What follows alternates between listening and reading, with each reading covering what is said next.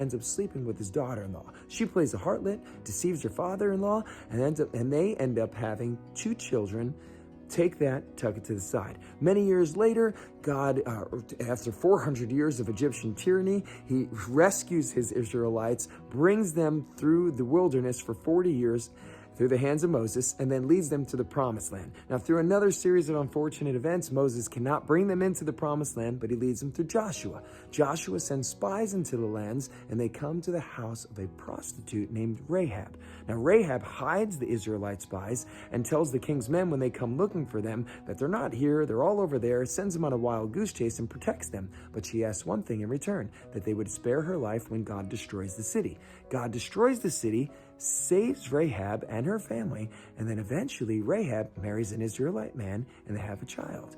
Take that, tuck it to the side. Many years later, they call out for kings because everyone in the land has kings, and God is not good enough as their king anymore. So they have a king named Saul. He can never really replace God, so he gives them a man after his own heart, David. Now, David does one of the craziest sins of the entire Bible. Now, he repents, and he's a man after God's own heart because he turns to the Lord and worships him, and he feels the weight of his sin. But what he does is he takes another man's wife, ends up sleeping with her name's Bathsheba, and they end up having a child.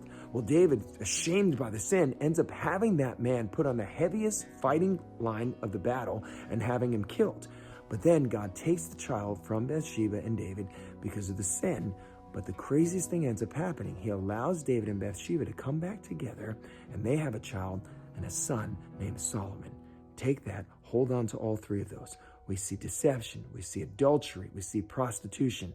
How do they all relate to one another, and what do they have to do with the Christmas story? Well, if you fast forward hundreds, thousands of years later, and you come to Matthew, the 1st chapter, what you do is you read the genealogy, true blood, the genealogy of Jesus Christ, and every single one of those names is mentioned in the bloodline that leads to the Messiah of the world. And I remember when I first discovered that, and I thought, what holy God would write the story that way, right? Because we never would. If we were going to write the story of God, we wouldn't pen it that way. But then I felt like God was like, Chris, not audibly, just in my heart, if I did it through a perfect line, you would never understand my grace.